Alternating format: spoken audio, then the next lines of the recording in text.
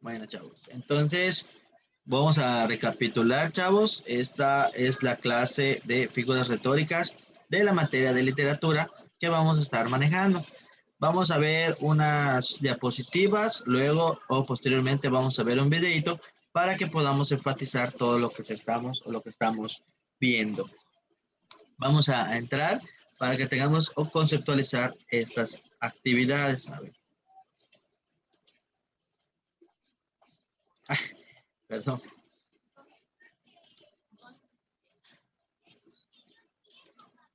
Un segundito, a ver. Bueno, vamos a entrar para que podamos ver esto, esta situación.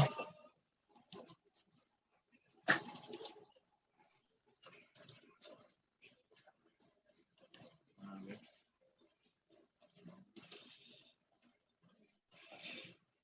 ¿Lo alcanzan a ver todos, chavos? ¿Sí? Perfecto. Uy, ¿qué pasó?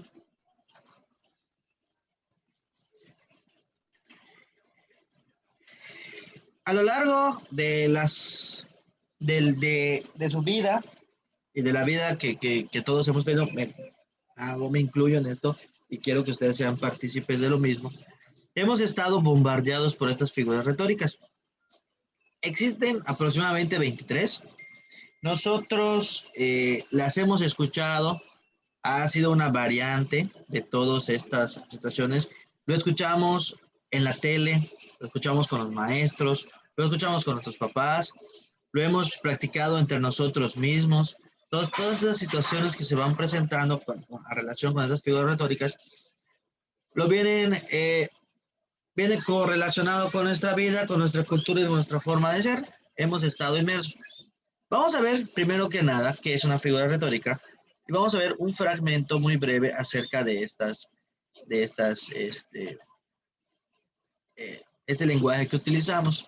En primera instancia, aquí lo vemos de manera simplificada. ¿Qué son las figuras retóricas? Las figuras retóricas son mecanismos lingüísticos que modifican el uso normal y lógico de la lengua con el objetivo de embellecer estilísticamente el mensaje.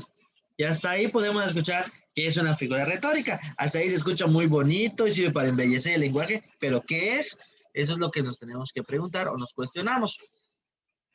Las figuras retóricas o figuras literarias, también conocidas como figuras, cabe la redundancia, son formas no convencionales de emplear las palabras para dotarlas de expresividad, vivacidad o belleza, con el objetivo de sorprender, emocionar, sugerir o persuadir. Estas figuras retóricas las utilizamos para para darle más fuerza a lo que nosotros queremos expresar. Ahorita vamos a ver cómo que más fuerza o darle mayor puntualidad o acentuar algo que nosotros queremos expresar. Para eso lo utilizamos. Las figuras literarias o figuras retóricas son típicos del discurso literario y de distintos géneros como la poesía, narrativa, ensayo, drama, en las cuales el lenguaje es un fin en sí y es transformado para potenciar sus posibilidades expresivas. Ya es que lo que les mencionaba, estas figuras retóricas nos va a servir para darle más fuerza, para darle una connotación hasta de alegría, de hambre, de sueño, para ser más expresivos. Para eso utilizamos estas figuras retóricas. Bueno, a repetir, lo hemos utilizado en muchas ocasiones. Nosotros mismos las utilizamos, pero no las identificamos. No obstante, las figuras literarias no son exclusivas de la literatura, sino que también se emplean en nuestro lenguaje coloquial. Incluso algunas están ya asimiladas a este en ciertas expresiones o gestos o giros. En lo que les mencionaba, estas figuras retóricas las utilizamos de manera coloquial cuando estamos con nuestros papás, cuando estamos con nuestros amigos, cuando estamos con nuestros novios, con las personas que queremos, utilizamos estas figuras literarias. Aquí vamos a ver una fracción, porque es una fracción, de las figuras literarias. Vamos a ver, por ejemplo, la literación, la onomatopeya, la anáfora, la sinestesia y la personificación. Ojo, no porque les estoy mostrando estas figuras retóricas que vamos a ver, son las más importantes. Eso lo quiero aclarar. Son un fragmento. Así como pude haber agarrado el símil, la metáfora, aquí solo estoy utilizando estas que vamos a ver acá. Por ejemplo, vemos la literación, es la reiteración de sonidos semejantes. En el silencio solo se escucha un susurro de abejas que sonaba. Aquí vamos a escuchar la reiteración de algún sonido que se va a estar mencionando para que lo podamos enfatizar. La onomatopeya, signos que imita un sonido natural. En la tristeza del hogar golpeaba el tic-toc del reloj. ¿Cuál es la onomatopeya? El tic-toc, porque está haciendo un sonido que nosotros escuchamos cuando se mueven las manecillas del reloj. Generalmente son el famoso tic-toc, o podemos escuchar cuando ladra un perro. ¿Cuál es el sonido generalmente que utilizamos cuando ladra un perro? La onomatopeya sería el famoso guau guau. Guau guau es la onomatopeya en sí. La anáfora es la reiteración de uno o más palabras. He debido pasar mucho tiempo, he debido pasar. ¿Cuál es el ejemplo? Es repetir la expresión he debido pasar. La anáfora es, vuelvo a repetir, generalmente se utiliza al principio de cada oración y se va reiterando para poder utilizarla. La personificación es atribuir cualidades humanas a un ser inhumano. Abro la puerta en otra tierra y pasa la niebla con sus dedos repentinos. Aquí vemos que los rasgos que utilizan la niebla o rasgos humanos, primero que nada avanzar y luego utilizar la expresión de manera sorpresiva que quiere agarrar con sus dedos. La niebla no tiene dedos, entonces estamos personificando este tipo de figura literaria o figura retórica que, que sería la niebla. Esta sería la personificación como tal, ¿ok? Utilizar ciertos rasgos de algún objeto inanimado y darle características humanas. Esa es la personificación. De igual forma, este lenguaje figurado, perdón, o lenguaje metafórico, es cierto uso creativo de las palabras, que la utiliza con un sentido diferente al literal, es decir, su sentido tradicional o lenguaje llano, ese sentido es tomado de otra palabra o idea y el interlocutor debe desentrañarlo para poder comprender. Los distintos tipos de símil o metáfora, los juegos de palabras y el doble sentido son formas claras del lenguaje figurado, ya que las palabras no significan lo que aparentan, sino que tienen un sentido oculto o secreto. Aquí vemos que este lenguaje figurado lo utilizan, aunque no lo crean, muchas personas tanto para aparentar algo, para expresar amor, para expresar sentimiento o para expresar en algunas cosas alguna actividad despectiva o para burlarse de alguien o hasta el mismo doble sentido que hemos escuchado en los chistes en la televisión. Ahí vienen inmersos este lenguaje figurado, que siempre vienen ahí. Vamos a poner un ejemplo, por ejemplo, para que vean. Desde temprana edad aprendemos que las palabras tienen siempre un significado asociado, pero que no siempre es uno solo. Una palabra puede significar distintas cosas dependiendo de su uso y su contexto. Y ahí vamos a utilizar una pregunta al señor Eric Mayo, que tenía apagada su cámara. ¿Qué onda, Eric? ¿Cómo estás? Oye, Eric, ¿me podrías mencionar una palabra, la que tú gustes, que tiene varios significados? Una palabra con varios significados. No se me Objeto. ocurre nada, estoy en blanco. Hay que tener prendidas sus cámaras. Bueno, vamos a poner un ejemplo. Si bien es cierto, en el lenguaje figurado, podemos correlacionarlo con las palabras homónimas, homónimas o homófonas. Te vamos a poner una para que veas cómo puede variar, que una misma palabra puede tener varios significados. En la palabra voy al banco. ¿A qué estoy haciendo referencia con esta palabra, con esta frase? Voy al banco. Señor Mayo.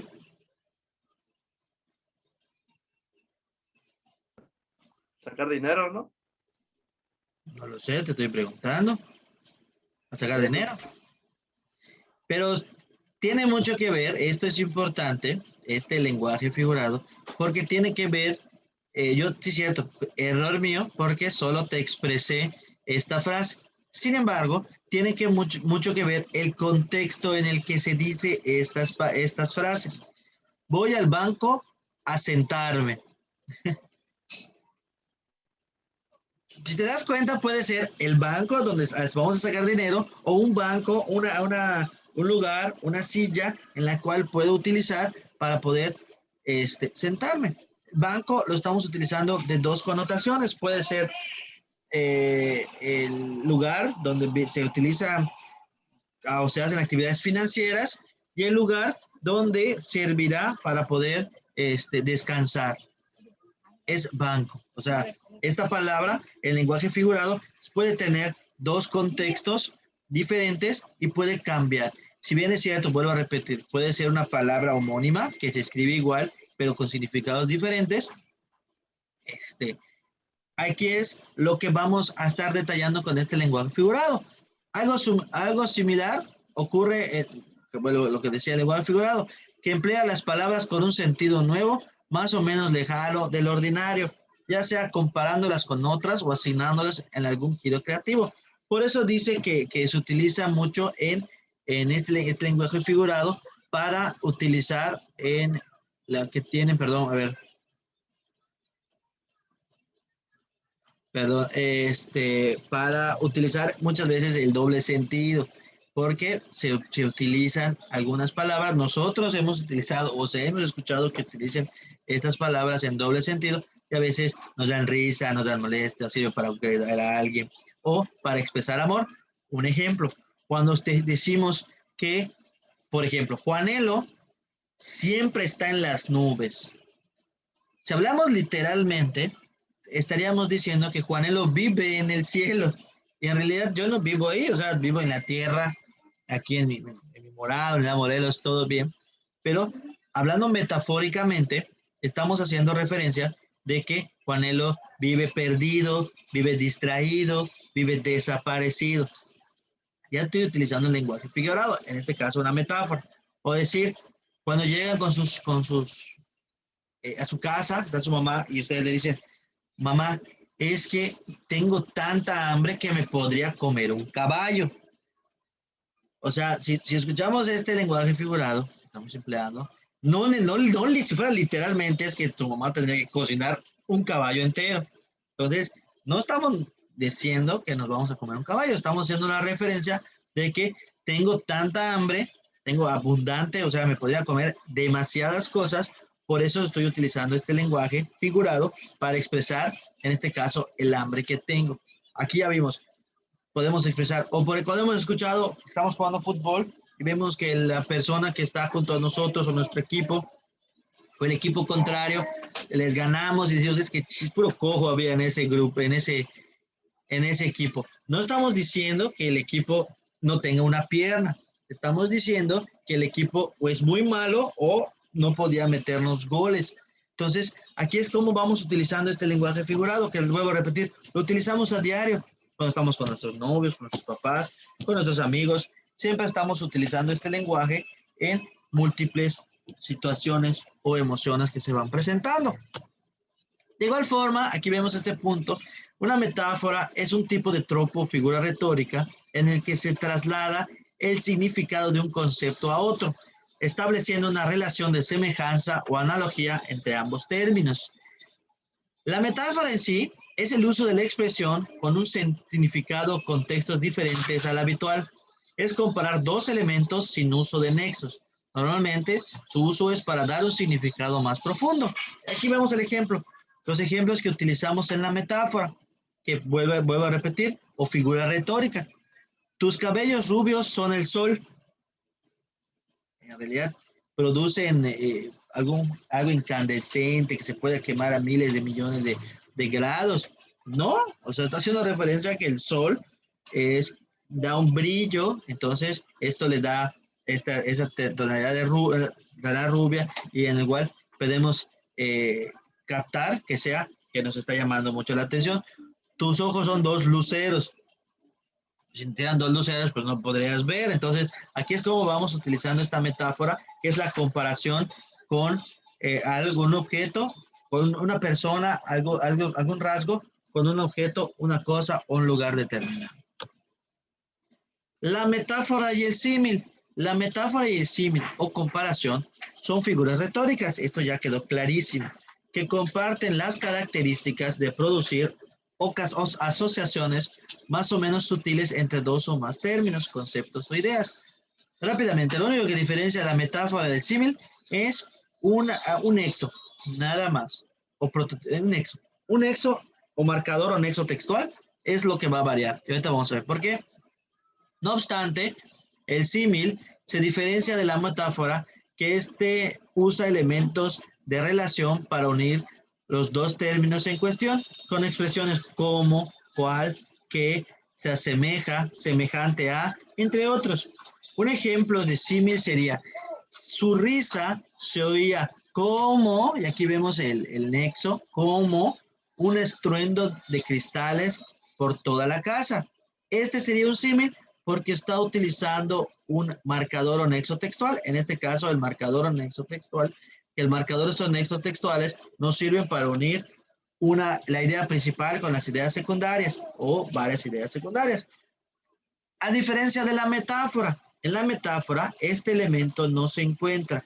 Por lo tanto, esta asociación es sugerida prescindiendo de él. Así, para transformar el símil anterior en una metáfora, bastaría reformular la frase, solo excluyéndolo.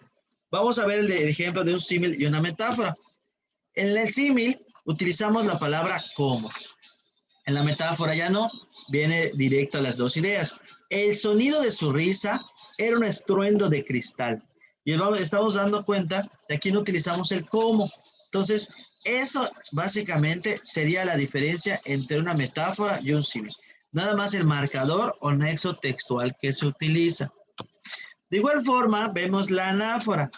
En el sentido de la retórica, es una figura literaria que consiste en la repetición de una palabra o conjunto de palabras al principio de un verso o una frase.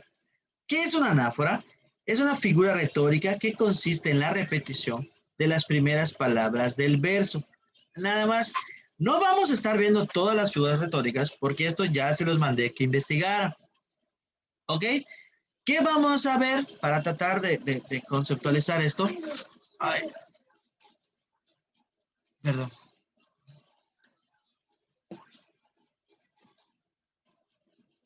Perdón. Vamos a ver un video para que vean dónde utilizamos o dónde se utilizan estas figuras retóricas y muchas veces no nos percatamos que somos bombardeados día a día con esto. Vamos a poner un ejemplo. Ahí se los voy a poner.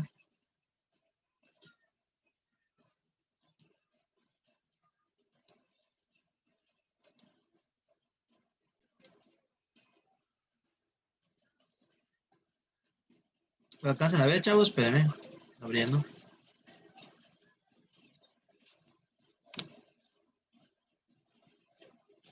Ahí está. Ahí va, chavos. Voy a empezar el video. Voy a poner silencio para que ustedes no escuchen ningún ruido, escuchen solo el video como tal. En esta ocasión analizaremos algunas figuras retóricas que se aplican en la publicidad. Comencemos. Para los astronautas, para los payasos, para los que viven solos, para los que viven juntos, para los que se enrollan, para los que besan, para los primeros, para los últimos, para los hombres, para los precavidos, para ella, para los músicos, para los transparentes, para los que disfrutan, para los fuertes, para los que se superan, para los que participan, para los que viven, para los que suman, para los que no se callan, para nosotros, para todos. En este comercial se utiliza la figura retórica llamada anáfora. Esta consiste en la repetición de una o varias palabras al principio de un verso o enunciado. Por ejemplo, temprano levantó la muerte el vuelo, temprano madrugó la madrugada o temprano estás rodando por el suelo. Esto lo percibimos al comienzo de cada frase dicha por el narrador, cuando menciona la palabra para. Un spot muy ingenioso y creativo por parte de Coca-Cola. Continuemos.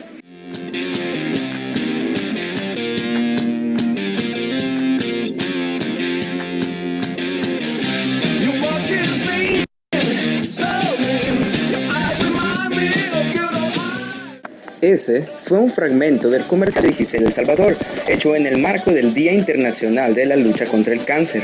La figura utilizada es la metáfora. La metáfora la podemos definir como una comparación entre dos términos que aparentemente no guardan relación alguna. Los términos de la metáfora son diferentes, están en diferentes planos y el segundo es el que viene a explicar el tenor de la comparación. En este caso, haciendo referencia a la prevención con la frase "el cáncer de seno es un spam", que le puedes dar delete si lo detectas a tiempo. Y para terminar, Mi Fanta tiene sabor a una explosión de naranjas. Mi Fanta tiene sabor a... Ya sé, tiene sabor a un inolvidable con amigos. ¿Y para vos, a qué tiene sabor tu Fanta? Juega a Fanta en Fanta.com. en este último comercial, Fanta utiliza un símil. Un símil consiste en comparar dos conceptos que son similares o comparten alguna característica. Estos se vinculan con un nexo comparativo como semejante a, tan, como o igual que, lo cual marca la diferencia entre el símil y la metáfora, dado que la metáfora carece de este nexo. Cuando se menciona la frase "mi Fanta tiene sabor a una explosión de naranjas" o "mi Fanta tiene sabor a un día inolvidable con amigos", se hace una similitud entre dos conceptos, asemejando el sabor de la marca a la combinación de una fruta y a pasar un tiempo ameno y lleno de emoción con amigos.